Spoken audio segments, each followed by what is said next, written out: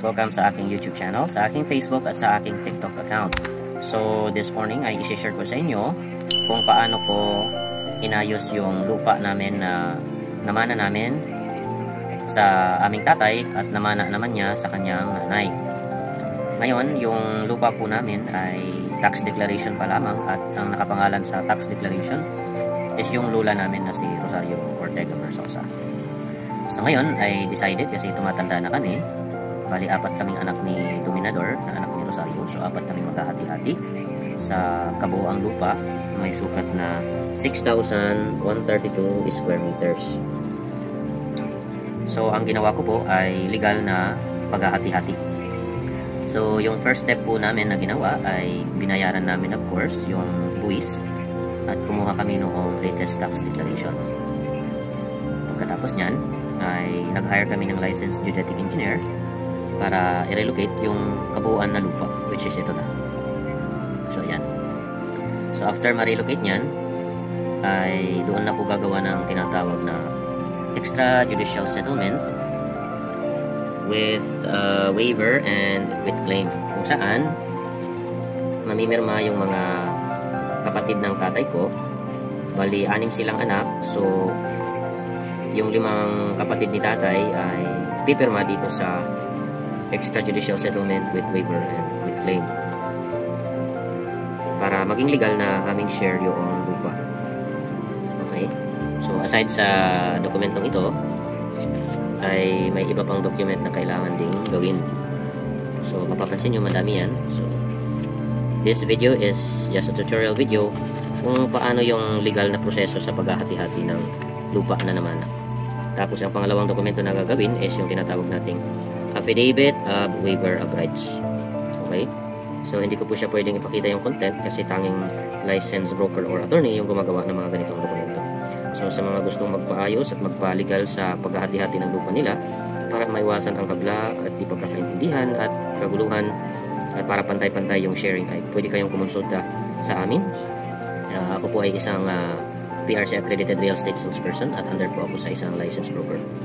So, going back, affidavit of waiver of rights, yung isa pang dokumento na gagawin para may idea lang kayo, yung tinatawag na SPA. So ito namang SPA para pagkuha ng mga TIN numbers kasi yung ibang heirs walang TIN numbers. So kailangan ng SPA para yung licensed broker or salesperson na yung kukuha ng TIN number in behalf sa mga heirs na walang TIN numbers. Okay, so meron pang isang dokumento na kailangan ding gawin. Makita natin ito yung tinatawag na affidavit of transferee. Okay, so yan. Tapos yung isa naman is affidavit of transferor. Okay, tapos mayroon pang ito, affidavit of donation. Okay, so galing ito, so ito ay pipirmahan, itong mga dokumento ay pipirmahan ng mga 5 kapatid ng tatay ko para maging legal yung lupa na share na namin, na naman na namin sa aming tatay. Yan po. So after that, ay ito na, after ma-relocate, so gagawin na yung mga dokumento na na-mention ko earlier. Tapos since 4 kami, pwede na kaming mag-conduct ng subdivision survey. So yung lot is 7835, so pag isinabdivide dito into 4, parang ganun siya. Kasi dito yung kalsada, so magiging 7835-A, B, C, D. Ganun yung hati-hati namin yan. So, ayan yung legal na pamamaraan. So, once may subdivision plan bawat isa, doon na mag-i-execute ang tinatawag nating deed of partition. Okay? So, nakalagay na doon yung mga tamang coordinates, lahat ng information. So, yan po yung proper way sa legal process sa paghahati-hati noong lupa. So, yung gastos ko po dito ay umabot sa pag-relocate pa lang, umabot siya ng 25,000 per hectare. So since 6,000, so roughly mga 18,000 yung binayaran ko sa relocation survey. Now pag sa subdivide naman is yung taripa dyan is 10,000 per lot. Okay, so ang gagastusin ko pa dito sa pag subdivide is 40,000 pa kasi gagawin siyang 4 na lote kasi 4 kaming mga anak or heirs. So yan, so once meron ng deed of partition ay pwede na kaming magkaroon ng sarili-sariling tax deed sa aming mga share lote at pwede na kaming magpatitulo.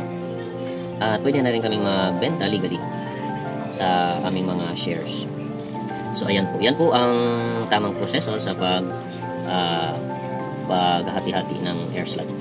So sa panahon na yun, hindi na po ino-honor yung verbal lang. So dapat proper way at documented po siya at notarized.